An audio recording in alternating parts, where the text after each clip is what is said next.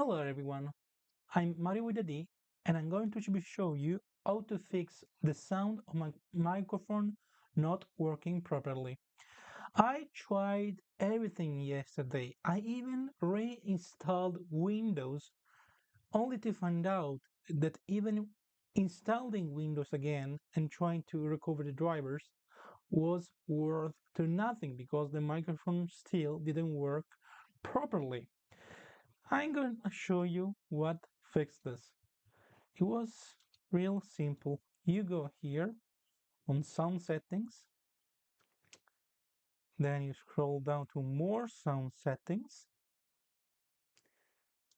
recording. You select the microphone you want to fix.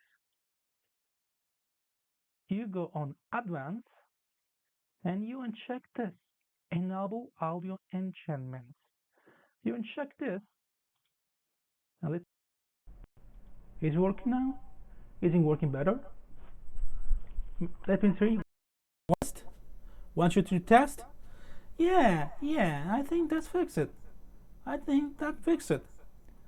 So that's how you fix a not properly working microphone in Windows 11. Thanks for watching. Please subscribe my channel if I helped you.